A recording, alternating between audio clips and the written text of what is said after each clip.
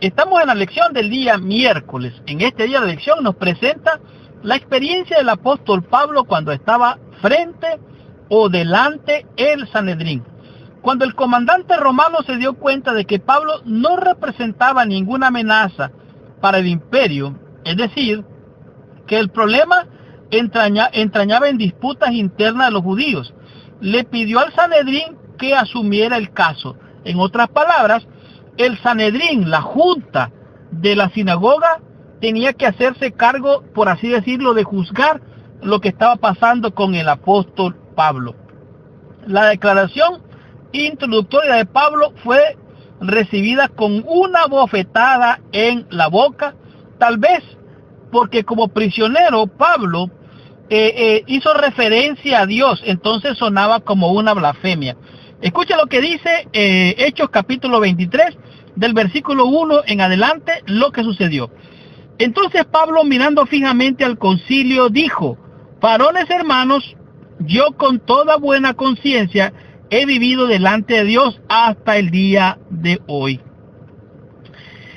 El sumo sacerdote Ananías ordenó entonces a los que estaban junto a él que le golpeasen en la boca.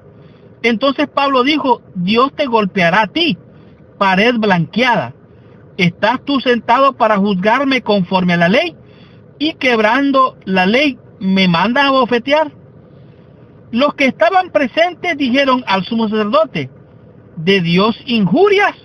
O sea, ellos estaban tomando a Pablo como que era un blasfemo. Sin embargo, Pablo estaba presentando una declaración.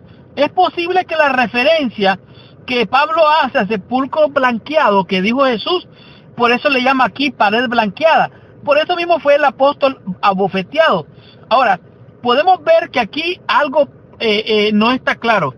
Parece ser que el apóstol Pablo tenía problemas de visión. Estaba frente al sumo sacerdote y no se dio cuenta de eso.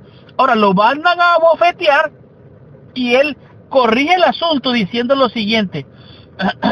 Versículo 5. Pablo dijo: no sabía, hermanos, que era el sumo sacerdote, pues escrito está: no maldecirás a un príncipe de tu pueblo. Es interesante notar la manera como el apóstol Pablo, usando la ley, se defiende de una manera bien, podemos decir, bien, ¿qué decirle? Bien maestral.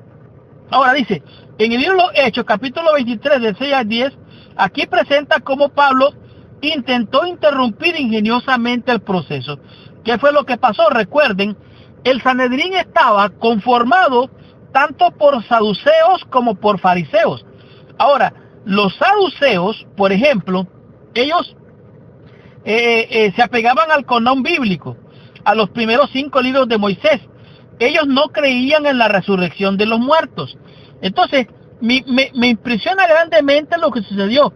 Ahora, en el capítulo 23, entonces versículo 6 dice, entonces Pablo, notando que una parte era de saduceos y la otra de fariseos, alzó la voz en el concilio: varones hermanos, yo soy fariseo, hijo de fariseo, acerca de la esperanza y de la resurrección de los muertos, me juzga. Cuando dijo esto, se produjo una disensión entre los fariseos y los saduceos, y la asamblea se dividió. ¡Wow! La estrategia del apóstol Pablo fue decir, bueno, yo pertenezco a los fariseos, y él se identifica como aquel que cree en la resurrección. Dice el versículo 8, porque los saduceos dicen que no hay resurrección, ni ángel ni espíritu, pero los fariseos afirman estas cosas. Aquí el apóstol Pablo está diciendo, esta es mi identidad, a esto pertenezco, esto soy yo. De tal manera que, no obstante, dice aquí, la declaración de Pablo era más que una táctica inteligente, era una manera de distraer al Sanedrín y llamar la atención a lo que sucedió con él camino a Damasco.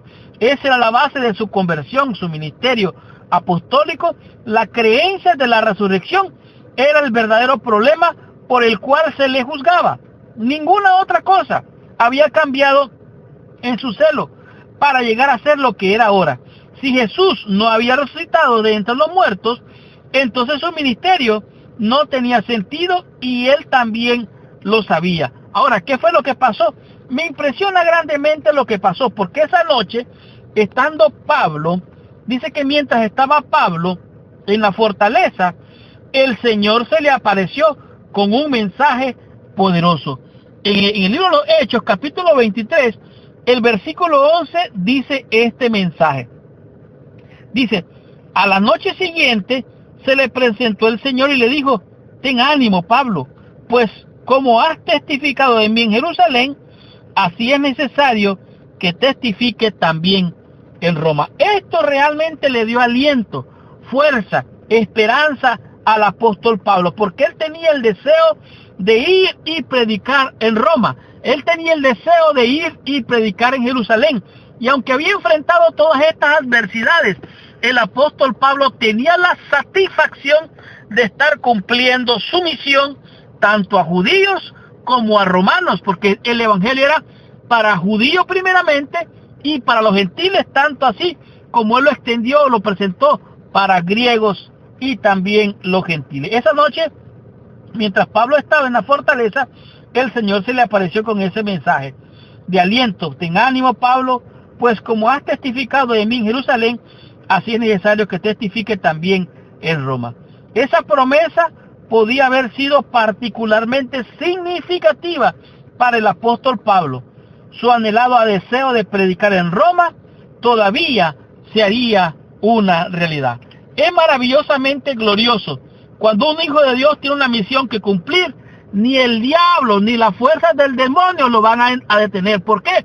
Porque hay poder en la sangre gloriosa de Jesús. Y cuando un siervo de Dios se dedica a hacer la obra que el Señor le ha encomendado, no hay nada que pueda parar esta gloriosa obra de ir y de predicar el evangelio a toda nación, a toda tribu y a toda lengua.